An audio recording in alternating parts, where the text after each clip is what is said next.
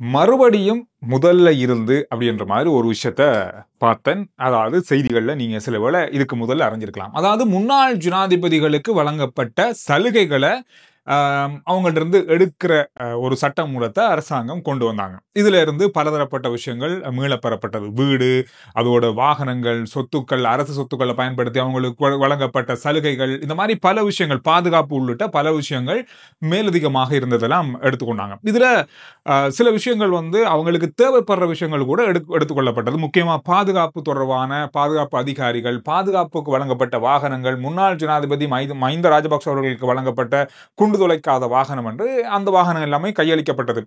ஆனா இப்ப இந்த வாகனங்கள் அல்லது பாதுகாப்புக்காக வழங்கப்பட்ட உத்தியோகஸ்தர்கள், பாதுகாப்புக்காக வழங்கப்பட்ட வாகனங்களை திரும்ப அவங்க கேட்கும் பட்சத்துல அது மீள கையளிக்கப்படும் அப்படின்ற மாதிரி மக்கள் பாதுகாப்பு அமைச்சர் ஆனந்த விஜயபால ஒரு 2-3 நாளைக்கு முதல்ல பாராளுமன்றத்தில் சொல்லியிருந்தாரு. ஆனா இன்றைய நாள்ல அவர்கள் மைத்ரிபால சிறிசேனவும் முன்னாள் ஜனாதிபதி மஹிந்த ராஜபக்ஷ அவர்களும் அந்த வாகனங்களும் தங்களுக்கு பாதுகாப்புக்கு கொடுக்கப்பட்ட அதிகாரிகளும் தேவை அப்படின்ற மாதிரி கோரிக்கை விடுத்திருக்காங்க. இந்த கோரிக்கை இதனை அவங்களோட பாதுகாப்பு தொடர்பாக ஆராயிர குழுவிடம் கொடுக்கப்பட்டிருக்கு. அவங்க என்ன முடிவெடுக்கிறாங்களோ அதன் அடிப்படையில் அவங்களுக்கு தேவை ஏற்படும்படி அந்த வாகனங்கள் திருப்பி கொடுக்கப்படும் அப்படின்னு மாதிரி மக்கள் பாதுகாப்பு அமைச்சர் இன்றைய நாள்ல ஆனந்த விஜயபால சொல்லியிருக்காரு.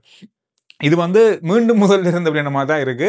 சில விஷயங்கள் அவங்க என்ன சொல்றாங்கன்னு சொன்னா, அரசாங்கத்தால அவங்களுடைய பாதுகாப்பு முக்கியம், அவங்க கோரிக்கை விடுக்கும் பட்சத்தில் அது நாங்க திருப்பி கொடுப்போம். அது ஒரு முன்னாள் ஜனாதிபதி, நாட்டினுடைய முன்னாள் ஜனாதிபதியா இருந்தவங்க, முக்கியமான பதவியில் இருந்தவங்க, அவங்களுக்கு பாதுகாப்பு கட்டாயம், அவங்களோட உயிர் அச்சுறுத்தல் இருக்கு அப்படின்னு சொல்லி அறியப்படும் பட்சத்தில் அவங்களுக்கு எல்லாமே வழங்கப்படும் அப்படின்ற மாதிரி சொல்லப்பட்டிருக்கு. இதுல இன்னொரு விஷயம் பேசப்படுன்னு சொன்னா, தப்பித்தோறி அவங்க பாதுகாப்பே இல்லை, எனக்கு இந்த வீடு தான் வேணும் அப்படின்னு சொல்லி கேட்டாலும் திருப்பி கொடுக்கக்கூடிய வாய்ப்புகள் இருக்குமா அப்படின்ற மாதிரி தான் இப்ப பேசப்படுது. மறுபடியும் முதல்ல இருந்தா அப்படின்ற மாதிரி ஒரு விஷயம் தான் இது.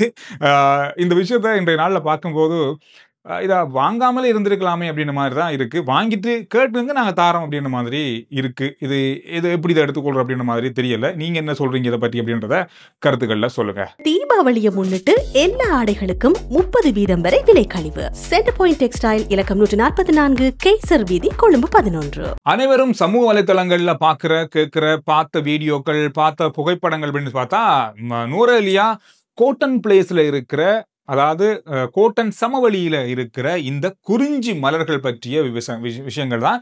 இது மிகப்பெரிய ஒரு அதிசயமான அரிதான நிகழ்வாக பார்க்கப்படுது. 12 வருடங்களுக்கு ஒரு முறை பூக்குற இந்த பூக்களை இப்ப மக்கள் இலங்கையில் இருக்க மட்டும் இல்ல, உலகத்துல இருக்க பல நாடுகள்ல இருக்க மக்கள் கூட்டம் கூட்டமாக அங்க பார்க்கிற ஒரு நிகழ்வு நடந்து கொண்டிருக்கு. இந்த மலர் குறிஞ்சி மலர், நெலும் மலர் அப்படின்னு சொல்றாங்க.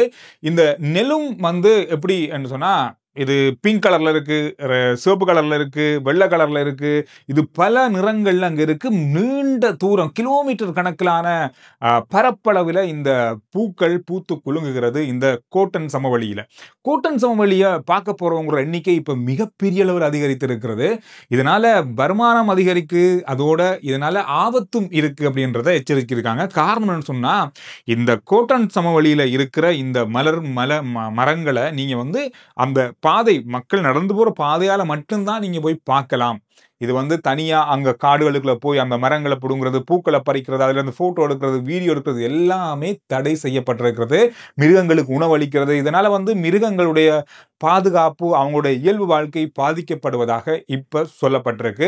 எனவே அதிகளவான மக்கள் அங்கு செல்வதால மிக அவதானமா செயற்படுங்க. இந்த ஒரு கிழமையிலேயே 50க்கும் மேற்பட்டவர்களுக்கு தண்டப்பணமும் வரவிடப்பட்டிருக்கு. நீங்க போட்டோக்கள், வீடியோக்கள் எல்லாமே இந்த போகின்ற பாதையை தள்ளி காடுகளுக்குள்ள போயிட்டு நீங்க போட்டோவோ வீடியோஸ் எடுத்து சமூக வலைத்தளங்கள்ல நீங்க அப்லோட் செய்தாலும் கூட அதை வைத்துக்கொண்டே உங்களுக்கு சட்ட நடவடிக்கை எடுக்கப்படும் அப்படின்றதையும் சொல்லியிருக்காங்க. மிக அவதானமாக இருங்க.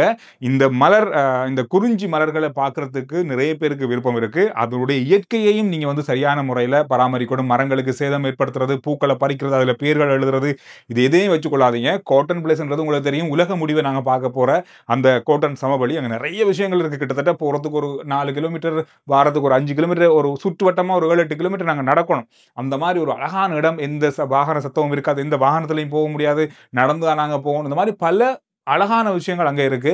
இந்த இயற்கையையும் அங்க இருக்கிற வன விலங்குகளையும் பாதுகாக்கிறதும், இந்த மரங்களை பாதுகாக்கிறதும் உங்களுடைய பொறுப்பாக இருக்கும் அப்படின்றத வேண்டுகோள் விடுத்திருக்காங்க. போறவங்க மிக அவதானமா செயற்படுங்க. மின் கட்டண அதிகரிப்பு செய்யப்பட்டால் மக்களுடன் சேர்ந்து நாங்கள் போராடுவோம், போராட்டம் வெடிக்கும் அப்படின்ற மாதிரி எதிர்க்கட்சி தலைவர் சஜித் பிரேமதாஸ் அவர்கள் சொல்லியிருக்காரு. எனவே மக்கள் வந்து இப்பவே பெரிய அளவான இன்னல்களுக்கும் இடையூறுகளுக்கும் முகம் கொடுக்குறாங்க. இன்னும் கரண்ட் பில் அதிகரிச்சா இன்னும் பொருட்களுடைய விலைகள் அதிகரிக்கும், உற்பத்தி செலவுகள் அதிகரிக்கும். இதனால பல குடும்பங்கள் பொருளாதார ரீதியாக பாதிக்கப்படுவாங்க. இதனால மின் கட்டணத்தை குறைக்கிறதுக்கு எதிராக நாங்க போராட போறோம், மக்களோட ரோட்ல இறங்கி போராடுவோன்ற மாதிரி எச்சரிக்கை விடுத்திருக்காரு. 222 லட்சம் மக்களுடைய பொறுப்பும் எங்களுடையது அப்படின்ற மாதிரியும் அவர் சொல்லியிருக்காரு. முக்கியமான விஷயமாக இருக்கு. வருகின்ற திங்கட்கிழமை மின் கட்டண அதிகரிப்பு தொடர்பான அறிவிப்பு வரும். மின் கட்டணம் குறைக்க போறாங்களா இல்ல அதிகரிக்க போறாங்களா? 99% அதிகரிக்க வாய்ப்புகள் இருக்கு. நாளைய நாள்ல பண்டாரவளை மைதானத்துல ஜனாதிபதி தலைமையில 2000 வீடுகளுக்கான ஆவணங்கள் வழங்குறதுக்கான நிகழ்வுகள் இடம்பெற போகுது. 10,000 வீடுகளை மலையக மக்களுக்கு வழங்குகின்ற வேலை திட்டத்துல இந்திய இலங்கை அரசாங்கம் இணைந்து நடக்கின்ற இந்த வேலை திட்டத்துல நாளைய நாள்ல 2000 வீடுகள் வழங்கப்பட போகுது, வீடுகளுக்கான ஆவணங்கள் வழங்கப்பட போகுது. இதுல வந்து குறிப்பிடப்பட்டிருக்க விஷயம் சொன்னா, கடந்த காலங்கள் மாதிரி இல்ல, அரசியல் ரீதியிலாக இது வழங்கப்படல. அவங்களுக்கு தேவை, இந்த மக்களுக்கு இந்த குடும்பத்துக்கு இந்த வீடு தேவை அப்படின்றத ஆராய்ந்து அவங்களுக்கு யாருக்கெல்லாம் இந்த வீடு போய் சேரணுமோ அவங்களுக்காக இந்த வீடு வழங்கப்படுது அப்படின்றத உறுதிப்படுத்தியிருக்காங்க. எனவே கடந்த காலங்கள் அரசியல் ரீதியிலாக அரசியல்வாதிகளுக்கு தெரிந்தவங்க, இந்த மாதிரி அரசியலோடு இணைந்தவங்க, இந்த மாதிரியானவங்களுக்கு வழங்கப்பட்டு அநீதி இழைக்கப்பட்டது அப்படின்ற பலதரப்பட்ட குற்றச்சாட்டுகள் இருந்த நிலையில இந்த விஷயம் இன்றைய நாள்ல பார்க்கக்கூடியதாக இருக்கு. ஆனாலும் எதிர்க்கட்சி பக்கமாக என்ன சொல்றாங்கன்னு சொன்னா, இந்த ஆவணங்கள் உண்மையானது இல்லை, இப்படி ஆவணங்கள் கொடுக்க முடியாது, இது வந்து அரசாங்கம் மக்களை ஏமாற்றி இந்த ஆவணங்களை கொடுக்குறாங்க அப்படின்ற மாதிரிலாம் சொல்லியிருக்காங்க. இது எப்படி இருந்தாலும் நாளை நாள் இந்த நிகழ்வு நடக்க போகுது, பார்க்கலாம். இதுக்கு பிறகு என்னென்ன விஷயங்கள் இதில் இருக்கு, என்ன உண்மைத்தன்மை இருக்கு, எந்த மாதிரி இந்த வீடுகள் அமைஞ்சிருக்கு, இந்த வீடுகளுடைய தன்மை எப்படி இருக்கு அப்படின்றத நாங்க ஒரு நாளைக்கு பார்ப்போம். இந்த விஷயம் இன்றைய நாளில் பார்க்கக்கூடிய மிக முக்கியமான செய்தியாக இருந்தது. 39 கிராம் ஹெரோயின் போதைப் பொருளை வைத்திருந்த ஒருவருக்கு இன்றைய நாள்ல கொழும்பு மேல் நீதிமன்றம் ஆயுள் தண்டனை விதித்திருக்காங்க. தொட்டலங்க பிரதேசத்தைச் சேர்ந்த கண்ணா என்று அழைக்கப்படுகின்ற நபருக்கு தான் இந்த தண்டனை வழங்கப்பட்டிருக்கிறது. 2014ஆம் ஆண்டு இவர் ஹெரோயின் போதைப் பொருளை வைத்திருந்தார் என்ற குற்றச்சாட்டின் பேரில் சட்டமா அதிபரால் இந்த வழக்கு பதிவு செய்யப்பட்டது. இந்த வழக்கின் அடிப்படையில் இவர் இந்த போதைப் பொருளை வச்சிருந்தார் அப்படின்றது உறுதிப்படுத்தப்பட்டதால இந்த தண்டனையை அவருக்கு நீதிமன்றம் வழங்கியிருக்காங்க. அண்மை நாட்கள் அவங்களுக்கு தெரியும், போதைப் பொருள் தொடர்பான நீதிமன்ற விசாரணைகள், அதன் மூலமான தண்டனைகள் வழங்கப்பட்டு கொண்டிருக்கிறது. நேற்றைய நாளிலையும் ஒருவருக்கு 12 கால வருட கடூழிய சிறை தண்டனை வழங்கப்பட்டிருந்தது. இந்த வழக்கில் ஒரு முக்கியமான விஷயம் சொன்னா, இவருக்கு வழக்கு நடந்து கொண்டிருக்கும் பொழுது இவருக்கு பிணையில விடுதலை செய்யப்பட்டார். ஆனா பிணை வழங்கப்பட்ட நாளிலிருந்து இருந்து இவர் நீதிமன்ற வழக்குக்கு வராமல் தவிர்த்திருந்தாரு. இந்த வழக்கின் முடிவில் இவருக்கு தண்டனை வழங்கப்பட்டாலும் இவர் நீதிமன்றத்துக்கு ஆஜராகல. அதனால நீதிமன்றம் என்ன சொல்லியிருக்காங்கன்னா, இவரை உடனடியாக கைது செய்து இவருக்கான தண்டனையை நிறைவேற்றுங்க அப்படின்னு சொல்லியிருக்காங்க. இந்த ஒரு விஷயம் இன்றைய நாளில் ஒரு முக்கியமான போதைப்பொருள் தொடர்பான வழக்கின் ஒரு முக்கிய வழக்காகவும் பார்க்கப்படுது. என்னதான் போதைப்பொருள் 30 கிராம், 1 கிலோ, 2 கிலோ, 3 கிலோ எல்லாம் வச்சிருக்க வேண்டிய அவசியம் இல்லை.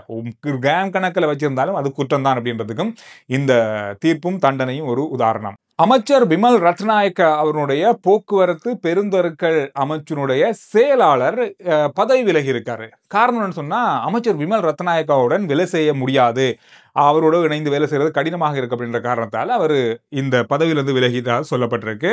அது மட்டும் இல்லாமல் கடந்த நாட்களில் இன்னும் பல அதிகாரிகளும் அமைச்சரோடு வேலை செய்ய இயலாமல் இருக்கு அப்படின்ற காரணத்தை காட்டி விலகி இருக்காங்க. நேற்று அமைச்சரவை மாற்றத்தில் அவருக்கு துறைமுகம், விமான போக்குவரத்து அமைச்சும் அவரிடமிருந்து எடுக்கப்பட்டிருந்ததையும் இன்றைய நாளில் சுட்டி காட்டியிருக்காங்க. ஆனால் ஏன் அப்படி விலகினாங்க அப்படின்னு சொல்லி பலதரப்பட்ட விமர்சனங்கள் இருந்தாலும் சில முக்கியமான விஷயங்களை தேடி பார்க்கும்போது முதல் மாதிரியான அரசியல்வாதிகள் இப்ப இல்லை. அமைச்சர் சரியான முறையில நடந்து கொண்டதால இவங்களுக்கு அவரோட வேலை செய்ய முடியாம இவங்க விளைத்தாங்க. கடந்த கால அமைச்சர்கள் மாதிரி இல்லை, அவங்க என்ன சொன்னாலும் பார்த்துட்டு இருப்பாங்க அப்படின்ற மாதிரி தான் இருந்தது. அதனால அவங்களோட ஒத்து போய் வேலை செய்யக்கூடியா இருந்தது. இப்ப அப்படி இல்லை, இப்ப சரியா வேலை செய்யணும், இவங்களுக்கு சரியா வேலை செய்ய முடியாம இருக்கோ அப்படின்றதுக்காக விளைத்தாங்க போல இருக்கு. இப்படித்தான் பல அரசு திணைக்களங்கள்ல இந்த மாதிரி இக்கட்டான நிலை பலருக்கு ஏற்பட்டிருக்கு. தங்கத்தினுடைய விலை நேற்றைய நாள்ல 5000 குறைஞ்சது, இன்றைய நாள்ல 5000 கூடி இருக்கு. அப்படியான 2 நாளைக்கு முதல்ல இருந்த அதே தொகை தான் 22 கரட் தங்கத்துக்கு 3,05,300 ரூபா, 24 கரட் தங்கத்துக்கு இன்றைய நாள்ல செட்டியா தெரு நிலவரப்படி 3,35,000 ரூபா. இந்த விஷயங்கள் தான் இன்றைய நாளில் பார்க்கப்பட்ட மிக மிக முக்கியமான செய்திகள். R G Chandru report YouTube channel, Facebook page, WhatsApp channel எல்லாத்தையும் போல பண்ணுங்க. அடுத்த வீடியோவில் நான் உங்களை சந்திக்கிறேன்.